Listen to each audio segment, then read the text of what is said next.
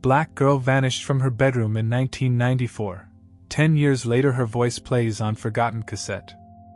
The key felt foreign in Darren's palm as he stood before the weathered front door of 1247 Maple Street. 10 years. That's how long it had been since he'd last stepped foot in this house, and even longer since he'd spoken to the man who'd lived here until 3 weeks ago. His father, Robert Mitchell, had died alone on a Tuesday morning. Heart attack, the lawyer said. Quick and clean, which was probably more mercy than the old man deserved. Darren had learned about it through a formal letter, not a phone call, not even a text from a distant relative. Just crisp legal paper informing him that he was the sole heir to a property he'd spent most of his adult life trying to forget. The hinges groaned as the door swung open, releasing a musty wave of stale air and memories. Dust particles danced in the afternoon sunlight that sliced through gaps in the heavy curtains. Everything looked smaller than he remembered, shrunken by time and neglect. The same floral wallpaper his mother had chosen 20 years ago still clung to the walls, though it had faded to a sickly yellow-brown. Darren dropped his duffel bag by the door and surveyed the living room. His father had been a collector, not of anything valuable, just things. Stacks of old magazines formed precarious towers beside the recliner. Empty coffee cups sat on every surface like ceramic monuments to solitude. The place smelled like cigarettes and loneliness. He'd taken a week off from his job at the accounting firm in Chicago to deal with this mess. 7 days to sort through a lifetime of belongings and decide what little was worth saving. The rest would go to charity or the dumpster he'd rented, which now sat like a green metal coffin in the driveway. The basement was where his father had spent most of his time in recent years, according to Mrs. Henderson next door. She'd been the one to find him, actually, after noticing that his newspapers had piled up for 3 days straight. Always down in that basement, tinkering with something, she told Darren at the brief funeral service. Never did know what he was up to down there. Now, as Darren descended the creaking wooden stairs, he was about to find out. The basement was a museum of organized chaos. Shelves lined every wall, crammed with cardboard boxes labeled in his father's meticulous handwriting. Tax records 1987 to 1992, Christmas decorations, Mom's recipes. A workbench dominated one corner, its surface scarred by decades of projects. Tools hung in perfect arrangement on a pegboard, every screwdriver, wrench, and hammer in its designated place. But it was the boxes on the floor that caught Darren's attention. Unlike the carefully labeled containers on the shelves, these were unmarked and covered in dust so thick it looked like gray velvet. Someone had gone through them recently. The dust patterns were disturbed, fingerprints visible on the cardboard flaps. Darren opened the first box and found photo albums. Page after page of family pictures from his childhood, Christmas mornings, birthday parties, little league games where his father stood on the sidelines with his arms crossed, never quite smiling.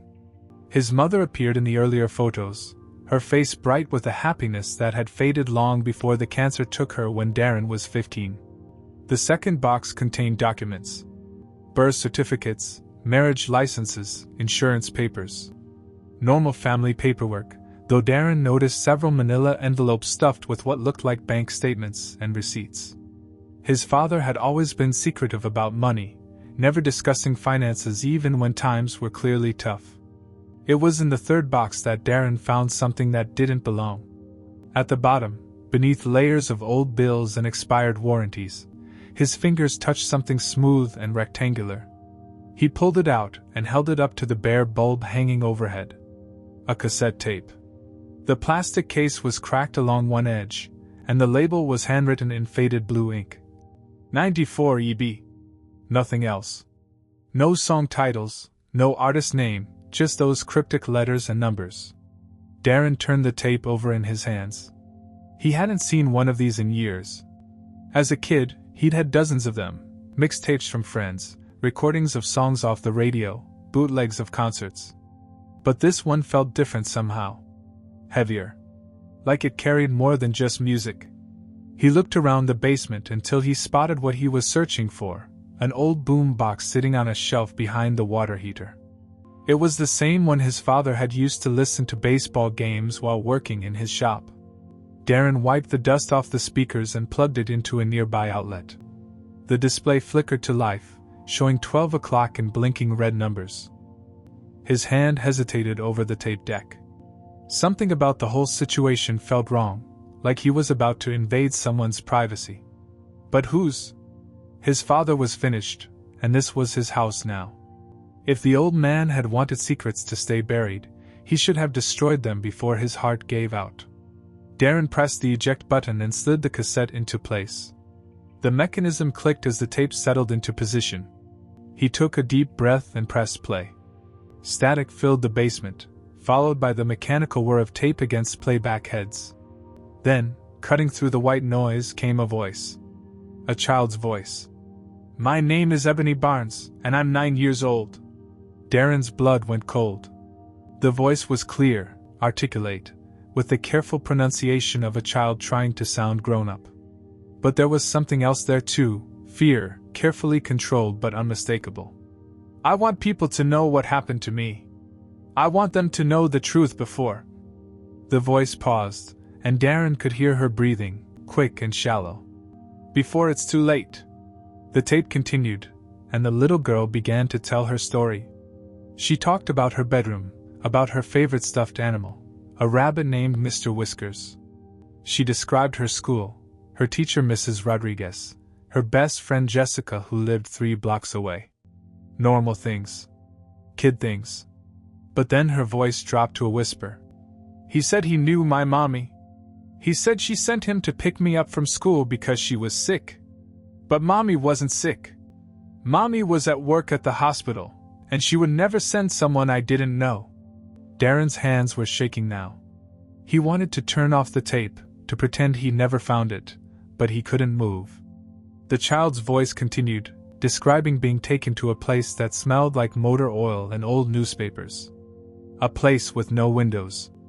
"I've been here for 3 days now," she said. "He brings me food and lets me use the bathroom, but he won't tell me why I'm here. He won't tell me when I can go home." The tape crackled with static, and when the girl's voice returned, it was even quieter than before. "I think I know who he is now. I heard him talking on the phone. He said a name I recognized. He said..." She paused, and in that pause, Darren could hear his own heartbeat thundering in his ears. "He said Robert like he was asking for permission. Robert Mitchell." The basement seemed to tilt around Darren. His father's name, spoken by a frightened child on a tape labeled 94 EB. His vision blurred at the edges, and he had to grab the workbench to keep from falling. The tape wasn't finished. "If something happens to me," Ebony Barnes whispered, "I want people to know that Robert Mitchell knew. He knew where I was. He knew what was happening. And he didn't help me." The recording ended with a click, leaving only the hiss of empty tape and the sound of Darren's ragged breathing echoing off the basement walls. His father's name. Spoken by a child who sounded terrified and alone. A child whose voice was now trapped forever on a cassette tape hidden in a deceased man's basement. Darren's legs gave out, and he sank to the cold concrete floor, the cassette player clutched in his trembling hands. Whatever he'd expected to find in his father's belongings, it wasn't this. It wasn't the little girl's voice reaching across a decade to accuse a man who could no longer defend himself. Or confess. Outside, thunder rumbled in the distance, and the first drops of rain began to patter against the basement's single window. Darren sat in the growing darkness, surrounded by the debris of his father's life, and wondered what other secrets were waiting to be discovered in the shadows of 1247 Maple Street. The tape had stopped, but Ebony Barnes' voice still echoed in his mind. He knew what was happening. And he didn't help me. Now, 10 years too late, her words had found someone who might.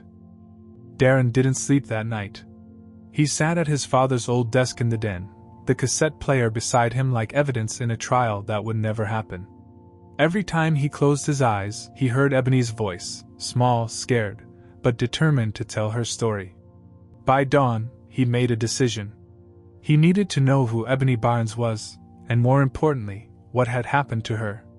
The Millbrook Public Library opened at 9, and Darren was waiting by the doors when the elderly librarian, Ms. Chen, arrived with her coffee and a stack of returned books. She recognized him immediately. Small towns never forget their own, especially when they leave and rarely come back. "Darren Mitchell," she said, unlocking the heavy glass doors. "I'm sorry about your father. He was a regular here, you know. Always researching something or other." That stopped Darren cold. His father, a regular at the library? Robert Mitchell had barely read anything beyond the sports section when Darren was growing up. "What kind of research?" Ms. Chen paused, her hand on the door handle. "Oh, local history mostly. Old newspaper archives. He seemed particularly interested in the 1990s. She looked at him curiously. "You have that same intense look he'd get sometimes. What are you looking for?" "Missing person case," Darren said. "From 1994. A girl named Ebony Barnes." The librarian's expression shifted, becoming more serious. "I remember that case. Terrible thing. 9-year-old girl, just vanished from her bedroom one night. Follow me." She led him to the reference section, where several computers provided access to digitized newspaper archives. The Millbrook Gazette covered it extensively. So did the regional papers. "Here, let me show you how to search." Darren's hands trembled as he typed "Ebony Barnes 1994" into the search box. The screen filled with results, dozens of articles spanning several months. He clicked on the first one, dated September 15, 1994. "Local girl missing, police seek public's help." 9-year-old Ebony Barnes disappeared from her bedroom sometime during the night of September 13th. Her mother, Patricia Barnes, discovered her missing when she went to wake her for school Tuesday morning. The bedroom window was found open, screen removed from the outside. Police are investigating all possibilities and ask anyone with information to contact the Millbrook Police Department immediately. Darren stared at the accompanying photograph.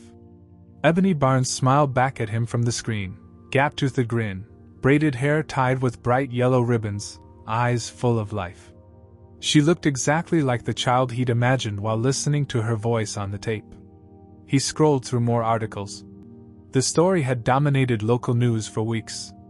Search parties combed the woods behind Ebony's house.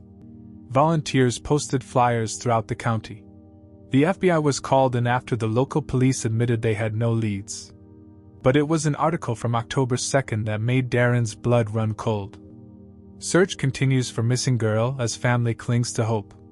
It has been 19 days since Ebony Barnes vanished from her Elm Street home.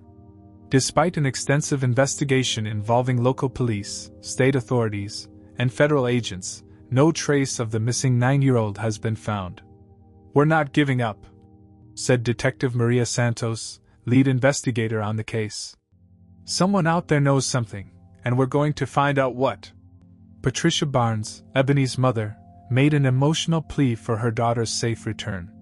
"She's just a baby," Barnes said through tears. "Whoever has her, please bring her home. Please." The investigation has revealed that Ebony's bedroom window showed signs of forced entry, with the screen deliberately removed from the outside. However, police have found no fingerprints or physical evidence at the scene. September 13th. That was the date Ebony supposedly disappeared. But on the tape, she'd said she'd been held for 3 days. If she was taken on September 13th, that recording would have been made on September 16th at the earliest. Darren pulled out his notebook and scribbled down the timeline. Something wasn't adding up. He clicked through more articles, watching the story fade from front-page news to brief updates buried in the middle sections. By December, the coverage had virtually stopped. Ebony Barnes had become another cold case, another face on a missing poster that would yellow and curl at the edges. The final article was dated December 20th, 1994. Ebony Barnes' case remains unsolved as year ends. 3 months after 9-year-old Ebony Barnes disappeared from her bedroom, police admit they have no solid leads in the case. "We continue to follow up on tips as they come in," said Chief Robert Hayes, "but we haven't had any significant breakthroughs." The Barnes family has hired a private investigator, and is offering a $10,000 reward for information leading to Ebony's whereabouts. Anyone with information is urged to contact police immediately. Darren leaned back in his chair, his mind racing. According to the official timeline, Ebony Barnes had vanished on September 13, 1994. But the recording suggested she was still alive days later, possibly as late as September 16. That meant the police had been looking in the wrong direction for at least 3 crucial days, maybe longer. He scrolled back to the earlier articles, paying closer attention to the details. One paragraph caught his eye. Police have interviewed numerous neighbors and family friends, including Robert Mitchell, who lives 2 blocks from the Barnes residence. Mitchell, who works at the Millbrook auto plant, told investigators he was home alone the night of the disappearance and heard nothing unusual. There it was. His father's name, buried in a routine investigation update. Robert Mitchell had been questioned as part of the neighborhood canvass. Nothing unusual about that. Every adult in the area would have been interviewed. But why had Ebony mentioned his name on the tape? Why had she connected him to her disappearance? Darren printed out every article and sat back to read them more carefully. As he did, details began to jump out at him. Ebony had been taken from her bedroom on Elm Street.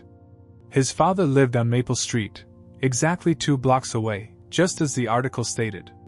The Barnes house backed up to the same woods where Darren had played as a child, the same woods that bordered his father's property. He thought about the timing again. If Ebony had been recording that tape on September 16th or later, she was describing events that happened after her official disappearance date. She mentioned being held for 3 days, being brought food, using a bathroom. She was alive and aware, not wandering lost in the woods as the search parties had assumed. Someone had kept her alive. Someone had fed her, talked to her, let her make that recording. And somehow, his father had been involved. Darren gathered his printouts and walked back to Miss Chen's desk. She looked up from her computer with concern. "Find what you were looking for." "Some of it," Darren said. "Miss Chen, you mentioned my father did research here. Do you remember what specifically he was looking at?" She thought for a moment. "Oh yes, he was very thorough. Always requested the same time frame, September through December 1994. He'd sit right where you were sitting, taking notes, printing articles." She paused. "He asked me once about getting copies of police reports, but of course, those aren't public record." "How long had he been coming here to research this?" "Oh, years. Started maybe 5 or 6 years ago. Always the same thing, that missing girl case. I assumed he was writing something about it, maybe for the anniversary or something. But he never mentioned publishing anything." Darren's heart was pounding. His father had been researching Ebony Barnes' disappearance for years. Not just casual interest, obsessive, detailed research. The kind of research someone does when they're looking for something specific. Or when they're trying to cover their tracks. "Thank you," Darren said quietly. "You've been very helpful." As he walked back to his car, clutching the stack of newspaper articles, one thought kept echoing in his mind. His father hadn't just known about Ebony Barnes' disappearance. He'd been studying it, analyzing it, perhaps trying to understand how much the authorities really knew. The question was why. And Darren was beginning to fear he already knew the answer. Mrs. Henderson was watering her petunias when Darren pulled into his father's driveway. She waved him over with the enthusiasm of someone who rarely had company, and even more rarely had gossip to share. "How are you holding up, dear?" she asked, adjusting her thick glasses. "It must be difficult, going through Robert's things." "Actually, Mrs. Henderson, I was hoping to ask you about something." Darren pulled out his phone and showed her the newspaper photo of Ebony Barnes. "Do you remember this girl? She went missing in 1994. The elderly woman's face immediately darkened. "Oh, that poor little angel. Ebony Barnes. Sweet child. I used to see her walking to school every morning with her backpack bouncing." She looked up at Darren sharply. "Why are you asking about her?" "I found some old newspaper clippings in Dad's things. Seemed like he was interested in the case." Mrs. Henderson set down her watering can and glanced toward Robert's house with an expression Darren couldn't quite read. Your father, well, he changed after that whole business. Before 1994, he was different. Social, you know? He'd come over for coffee, help me with my garden. But after the Barnes girl disappeared, she shook her head. He became withdrawn. Suspicious. Started keeping strange hours. Strange how? He'd leave at odd times, middle of the night sometimes. I'm a light sleeper, and I'd hear his truck starting up at 2, 3 in the morning. When I asked him about it once, he said he couldn't sleep and liked to drive. But who drives around at 3 a.m. for months on end? Darren felt a chill run down his spine.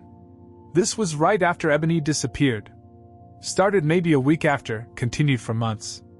And then there was that shed. What shed? Mrs. Henderson pointed toward the back of Robert's property. The one behind the house.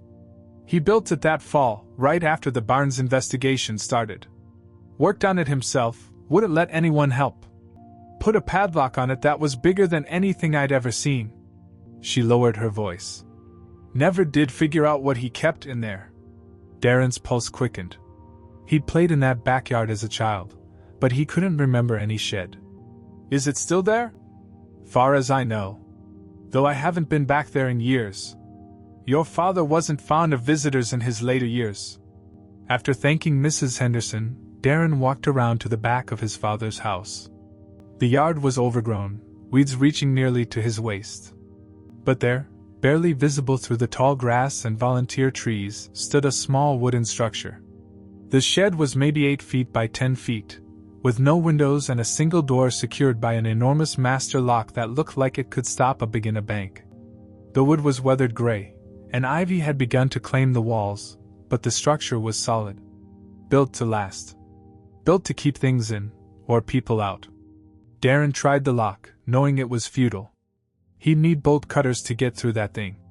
But as he examined the door more closely, he noticed something that made his blood run cold. The hinges were on the inside, meaning the door could only be locked from the outside. Why would someone build a shed that could only be secured from the exterior?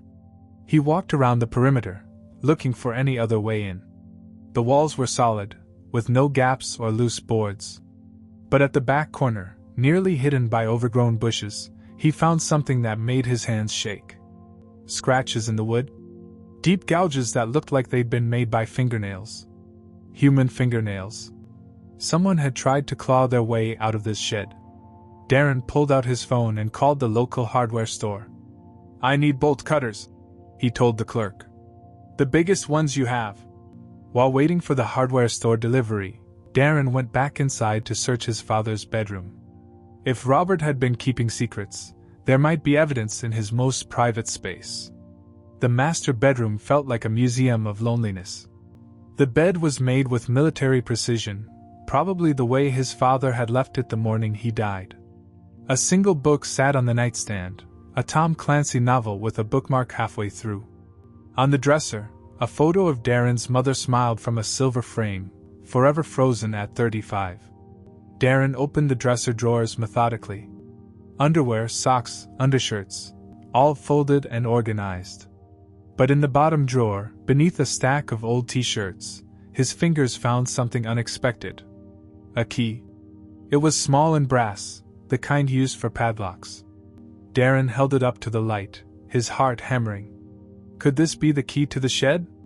Why would his father keep it hidden in his bedroom drawer? There was something else in the drawer, a manila envelope stuffed behind the folded shirts. Darren pulled it out and opened it carefully. Inside were more newspaper clippings about Ebony Barnes, but these were different from the ones he found at the library.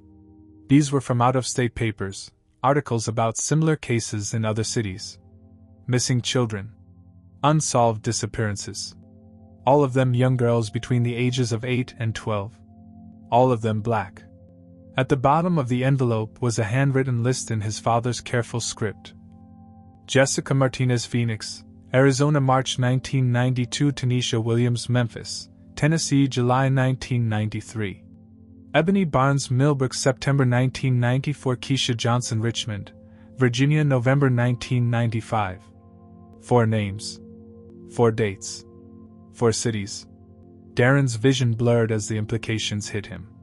This wasn't just about Ebony Barnes. His father had been tracking multiple disappearances across several states, all following a similar pattern. The delivery truck arrived just as thunder began to rumble overhead. Darren signed for the bolt cutters with hands that could barely hold the pen steady. The clerk, a young man with paint-stained fingers, looked concerned. "You okay, buddy? You look like you've seen a ghost." "Something like that," Darren mumbled. Back in the overgrown yard, he stood before the shed with the bolt cutters in one hand and the small brass key in the other.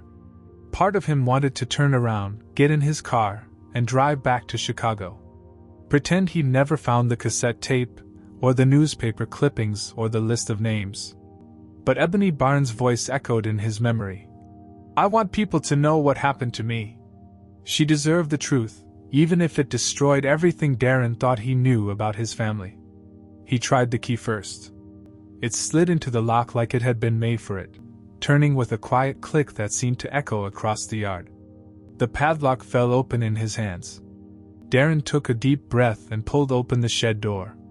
The smell hit him first, musty and wrong, like something had been rotting in the darkness for years. As his eyes adjusted to the dim interior, he could make out shapes, boxes, tools, what looked like camping equipment. And on the far wall, barely visible in the shadows, something that made his knees buckle. Photographs. Dozens of them, tacked to the wooden walls like a grotesque gallery. Photos of children, all young girls, all smiling, all unaware they were being watched. All of them matching the names on his father's list. In the center of the wall, larger than the others, was a school photo of Ebony Barnes, her gap-toothed smile now seeming to plead with him across the decade that separated them. Darren backed out of the shed, his stomach heaving. His father hadn't just known about these disappearances. He'd been collecting them. Darren couldn't bring himself to go back inside the house. He sat on the front porch steps as darkness fell, the cassette player beside him and the manila envelope clutched in his trembling hands. The photographs from the shed were burned into his memory, all those innocent faces, all those missing children. His phone buzzed. A text from his boss. "Hope you're doing okay. Take all the time you need." All the time he needed. If only it were that simple. How much time did it take to discover your father was a monster? He pressed play on the cassette player again, needing to hear Ebony's voice, needing to understand what had really happened in September 1994. Her words filled the night air, carried away by the wind that rustled through the overgrown yard. But this time, Darren listened more carefully. He'd been so shocked by the content before that he'd missed the details. Now, as Ebony described her captivity, he noticed things he'd overlooked. The sound of traffic in the background. A dog barking somewhere distant. The faint hum of what might have been an air conditioning unit. And then, just as Ebony's voice faded and he expected the tape to end, he heard something else. A second voice. Male, agitated, speaking in urgent whispers. "Told you to get rid of that thing." The voice was so faint Darren almost missed it. He rewound the tape and played it again, turning the volume up as high as it would go. "Dangerous. What if someone finds..." Static swallowed the words, but there was definitely someone else on this recording. Someone who hadn't wanted the tape to exist. Darren played it again, and this time he caught something that made his blood freeze. "Darren won't understand. He's just a kid." His name. The second voice had said his name. But that was impossible. In 1994, Darren had been 14 years old, and he'd been known by his full name, Darren Mitchell. Nobody had called him just Darren, except family. And this voice. He played the segment over and over, each repetition making him more certain of what he was hearing. The second voice was talking about him, but Ebony's kidnapping had supposedly happened in September 1994. How could someone have known to reference him by name on a tape that was supposedly made then? Unless the tape hadn't been made in 1994 at all. Darren pulled out his phone and searched for audio forensics specialists in the area. He found one in the county seat, about an hour's drive away. Dr. Marcus Webb, Digital Audio Analysis. The website said he worked with law enforcement on criminal cases. It was nearly 11 p.m., but Darren called anyway. To his surprise, Dr. Webb answered on the second ring. "This is going to sound crazy," Darren began. "But I found a cassette tape that might be evidence in a cold case. I need to know if it's been tampered with." Dr. Webb was intrigued enough to agree to meet the next morning. "Bring the original tape," he said. "Don't make any more copies than you already have. If it's evidence, we need to preserve the integrity." Darren spent a sleepless night on his father's couch, the cassette player within arm's reach. Every time he dozed off, he'd wake up thinking he heard voices, sometimes Ebony's frightened whispers, sometimes the unknown man arguing about danger and kids who wouldn't understand. Dr. Webb's office was in a converted warehouse filled with sophisticated equipment that looked like something from a science fiction movie. The forensics expert was younger than Darren had expected, maybe 35, with the intense focus of someone who spent his days listening to sounds most people would never notice. "Before we start," Dr. Webb said, "I have to ask, is this related to an active police investigation?" "No," Darren said honestly. "It's a cold case from 1994. But I think this tape might contain evidence." Dr. Webb nodded and carefully removed the cassette from its case. "These old analog tapes can tell us a lot. Audio layering, background noise analysis, even magnetic signature dating." He loaded it into a specialized player connected to his computer. "What specifically are you looking for?" "I think there might be 2 different recordings on this tape, made at different times. And I need to know what the second voice is saying." For the next 3 hours, Dr. Webb worked his magic. He isolated different frequency ranges, filtered out background noise, and enhanced the faint second voice until it was crystal clear. What they heard made Darren's world collapse completely. "We told you to get rid of that thing weeks ago," the second voice said, no longer whispered but clearly audible. "It's too dangerous. What if someone finds it after we're gone? What if Darren finds it? He won't understand. He's just a kid, and this will destroy him." A different voice responded, one Darren recognized with horrible certainty as his father's. "She wanted people to know the truth, Martin. She made me promise before." The voice trailed off. "Before what, Robert? Before you finished her?" "I didn't finish anyone. You know what happened? It was an accident. She tried to run and now we have a tape of a deceased girl that could put us both in prison for the rest of our lives." Dr. Webb stopped the playback and looked at Darren with concern. "Are you okay? You look like you're about to pass out." Darren gripped the edge of the desk. "Martin." He knew that name. Martin Collins, his father's best friend from the auto plant. The man who'd been like an uncle to Darren growing up, who taught him to fish, who'd driven him to Little League games when his father was working late. "Can you tell when the second conversation was recorded?" Darren managed to ask. Dr. Webb studied his computer screen. "Based on the magnetic signature and audio quality, I'd say the original recording, the girl's voice, was made on analog equipment in the 1990s. But the second conversation..." He frowned. "This was added much later. Maybe 2010, 2011? Definitely within the last 15 years. The room spun around Darren. The tape hadn't been made in 1994. Ebony's voice was from 1994, but someone had added the second conversation years later. His father and Martin Collins, discussing a deceased girl and a tape that could destroy them both.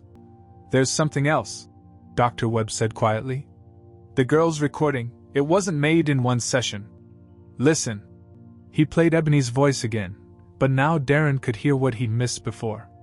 Subtle changes in background noise, tiny variations in audio quality. The recording had been spliced together from multiple sessions.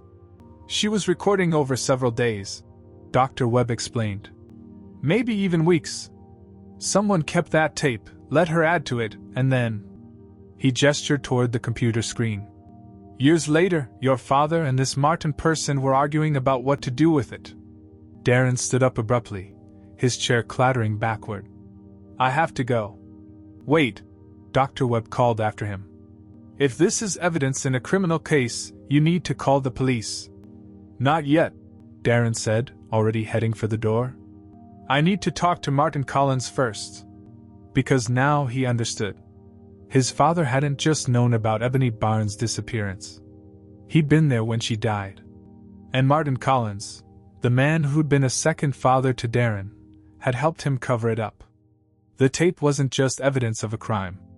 It was a confession, recorded by the only witness who could never testify.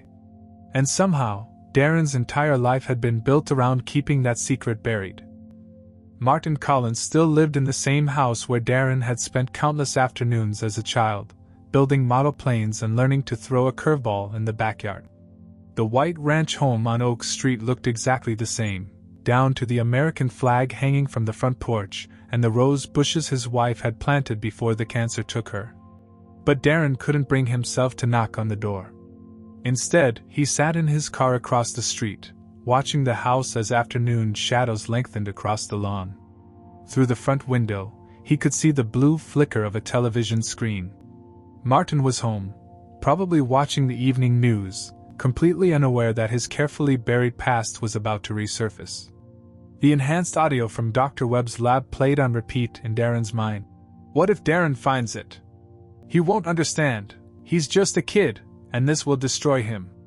Even years later, when they'd made that second recording, Martin had been protecting him.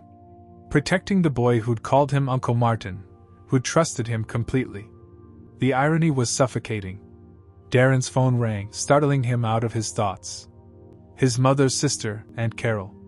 Darren, honey, I heard about your father. I'm so sorry I couldn't make it to the funeral. It's okay, Aunt Carol. It was a small service. Are you doing all right? Going through his things can't be easy. Darren almost laughed at the understatement. Actually, I wanted to ask you something. About Dad. And Mom. There was a pause. What kind of something? When I was born, was there ever any question about? He struggled to find the right words. Did Dad ever doubt that he was my biological father? The silence stretched so long that Darren thought the call had dropped. Carol? Are you there? Why are you asking me this, Darren? Just answer the question. Please. Another pause, then a heavy sigh. Your mother made me promise never to tell you. She said it would only hurt everyone involved. Darren's grip tightened on the phone. Tell me what? Robert. Robert wasn't your biological father. Your mother had an affair in 1979. When she found out she was pregnant, she ended it immediately and never told Robert the truth. He raised you as his own, and as far as I know, he never suspected. The words hit Darren like a physical blow. Who was my real father? Darren, I don't think. Who was he? Carol's voice became barely a whisper. Martin Collins. The phone slipped from Darren's numb fingers, clattering to the car floor. Martin Collins. The man who taught him to ride a bike, who'd taken him camping when Robert was too busy with work, who'd been more of a father to him than his actual father. The man who'd helped cover up the finishing of a 9-year-old girl. The man who was actually his father. Darren's vision blurred as the implications crashed over him. That's why Martin had been so protective on the tape, why he'd worried about Darren finding out. That's why Robert had become distant after 1994, not just because of his guilt over Ebony, but because every time he looked at Darren, he saw the son of the man who betrayed him. And his mother. Sweet, gentle Linda Mitchell, who'd worked as a nurse and baked cookies for school fundraisers. What had she known? With shaking hands, Darren retrieved his phone and called Carol back. You said Mom worked as a babysitter in the early 90s? She did some part-time work, yes. Extra money for your college fund. Did she ever babysit for a family named Barnes? The pause this time was different, charged with sudden tension. Darren, why are you asking these questions? Did she? Yes, Carol said quietly. She worked for the Barnes family for about 6 months. But there was some kind of falling out. Patricia Barnes accused her of things that weren't true. It broke your mother's heart. What kind of things? Patricia claimed Linda had been asking inappropriate questions about Ebony. About her schedule, her routines. She said Linda made her uncomfortable, always wanting to know when Ebony would be home alone. Carol's voice cracked. It was ridiculous, of course. Your mother loved children. She would never hurt anyone. But Darren was remembering now. Summer of 1994, right before school started. His mother coming home upset, crying in the kitchen while she thought he was watching television. Robert comforting her, saying something about people not understanding, and everything would be okay. When exactly did this falling out happen? Late August, I think. Maybe early September. Right before that poor girl went missing. September. Ebony Barnes disappeared on September 13, 1994. His mother had been fired from babysitting her just weeks before. Darren closed his eyes, trying to piece together a timeline that made sense. His mother had access to the Barnes house, knew Ebony's routines. Robert and Martin had been involved in her death, accidentally, according to the tape. But what if it hadn't started as a kidnapping at all? What if it had started as revenge? Patricia Barnes had humiliated Linda Mitchell, accused her of things that could have destroyed her reputation in a small town. In 1994, Darren had been planning to start high school. College applications would be coming soon. A scandal like that could have followed their family for years. Had his mother told Robert and Martin about the accusations? Had they decided to teach the Barnes family a lesson? Take Ebony for a few days, scare them, make them appreciate what they had. And then something had gone wrong. Darren started the car with trembling hands. He needed answers, and there was only one person left who could give them to him. But as he pulled into Martin's driveway, another thought occurred to him, one that made his stomach clench with fresh horror. If Martin Collins was his biological father, and if Martin had been involved in Ebony's death, then what did that make him? Was he the son of a criminal? Had he inherited something dark and violent that he didn't even know existed? The front door opened before he could knock. Martin Collins stood in the doorway, gray-haired now, wearing a cardigan that made him look like someone's harmless grandfather. But his eyes held a wariness that hadn't been there in Darren's childhood memories. "Hello, son," Martin said quietly. "I've been expecting you." The word son hung in the air between them like an accusation. Martin knew. He'd always known. "We need to talk," Darren said. "Yes," Martin replied, stepping aside to let him in. "I suppose it's time." Martin's living room looked exactly as Darren remembered from his childhood. The same plaid couch, the same wooden coffee table with ring stains from decades of beer bottles, the same framed photos of fishing trips and Little League games. But now those photos felt like evidence of a lie that had lasted 30 years. "Sit down, son," Martin said, settling into his recliner with the careful movements of a man whose body was betraying him. "You found the tape." It wasn't a question. Darren remained standing, his hands clenched into fists. "You knew I'd find it eventually. Your father, Robert, wanted to destroy it years ago. But I told him we couldn't. It was the only record of what really happened. The only proof that we never meant for any of it to happen." Martin's voice was tired, like he'd been carrying this weight for too long. "She made us promise to keep it safe. Before she died, she made us promise." "Tell me everything," Darren said. "From the beginning." Martin was quiet for a long moment, staring at a photo on the mantel. Darren at age 10, grinning with a missing front tooth. "Your mother, Linda, she loved you more than anything in this world. When Patricia Barnes accused her of those things, it nearly destroyed her. Said she was asking too many questions about Ebony, making her uncomfortable. The whole neighborhood heard about it. So you decided to teach them a lesson. It wasn't supposed to be like that." Martin's voice cracked. "Your mother was crying every night. Robert was furious. He loved Linda, you know, even after he found out about us. We just wanted to scare them. Make them understand what it felt like to lose something precious." Darren felt sick. "You kidnapped a 9-year-old girl because your feelings were hurt. We took her from her bedroom window. It was supposed to be for one night." Maybe 2. Just long enough for Patricia to realize how precious her daughter was, how wrong she'd been about Linda. Martin wiped his eyes with a shaking hand. But Ebony fought us. She was so much stronger than we expected, so determined to get home. The shed behind Robert's house. We kept her there. Brought her food, blankets, books. She wasn't supposed to be hurt. But she kept trying to escape, and one night, Martin's voice broke completely. She got out. Made it almost to the road before Robert caught her. Darren closed his eyes, but he could still see Ebony's school photo, her trusting smile. What happened? She fell.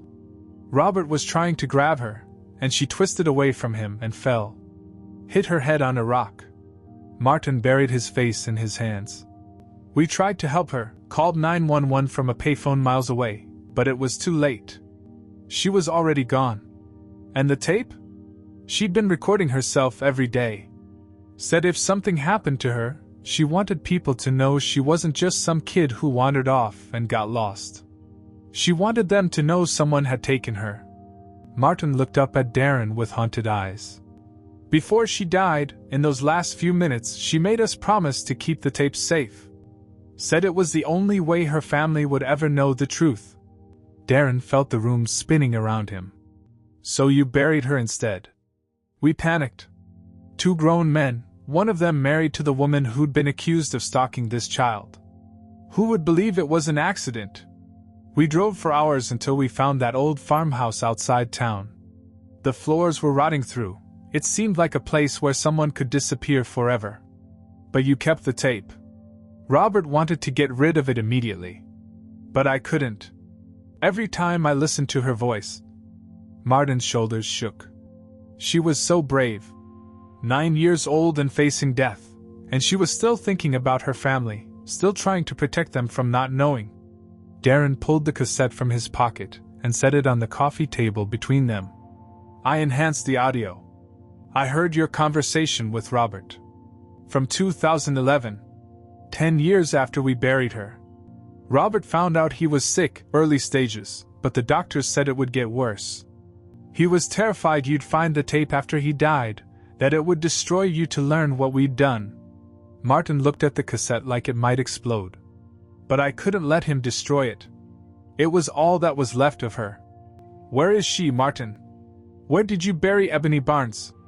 Martin stood slowly and walked to a desk in the corner. He pulled out a folded piece of paper and handed it to Darren. Coordinates.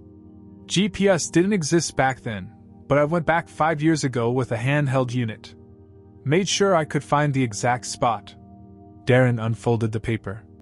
Written in Martin's careful script were latitude and longitude coordinates, followed by detailed directions to an abandoned farmhouse 30 miles outside Millbrook.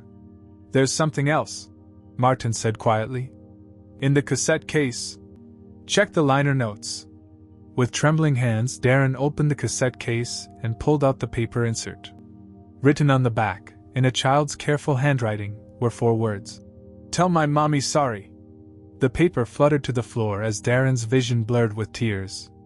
Even in her final moments, Ebony Barnes had been thinking about her mother's pain. The other children, Darren said, his voice barely a whisper. The photos in the shed, the list of names. Robert's obsession. After Ebony died, he became convinced that other missing children were connected somehow. Spent years researching cases, trying to understand if what we'd done was part of some larger pattern. Martin shook his head. There was no pattern. Just 3 scared people who made the worst decision of their lives and spent 30 years living with the consequences. Darren picked up the cassette and stood. I'm calling the police. I know. Martin's voice was calm, almost relieved. Your mother died not knowing you'd found out about us. That's something, at least. She knew what you did to Ebony. She suspected. But she never asked. And we never told her. Some secrets are too heavy to share. Martin looked at him with eyes that held 3 decades of guilt. I loved you, Darren. That was never a lie. Everything else was, but not that. As Darren walked toward the door, Martin called after him. The farmhouse is on Morrison Road, about 2 miles past the old grain elevator. You'll see the train tracks running parallel to the road. That's the sound she heard on the tape. And there's still a dog that barks at the neighbor's place. Darren stopped with his hand on the doorknob. Why are you telling me this? Because 30 years ago, a little girl asked us to make sure her family knew the truth. It's time we kept that promise. 2 hours later, Darren stood in the rotting remains of what had once been a farmhouse kitchen, watching police officers carefully remove floorboards that hadn't been disturbed in 3 decades. Detective Maria Santos, the same detective who'd worked the original case, knelt beside the shallow grave they'd uncovered. We found her, she said quietly into her radio. Ebony Barnes is coming home. As the coroner's team began their careful work, Darren listened to the sounds around him. A train whistle in the distance, a dog barking from the neighboring farm, the gentle drip of water from a broken pipe. The same sounds Ebony Barnes had heard in her final days, now forever preserved on a cassette tape that had finally fulfilled its purpose.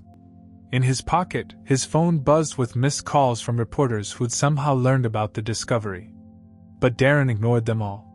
There would be time for questions later, time for trials and justice and the long process of healing. For now, he stood in the fading light and listened to Ebony Barnes finally going home.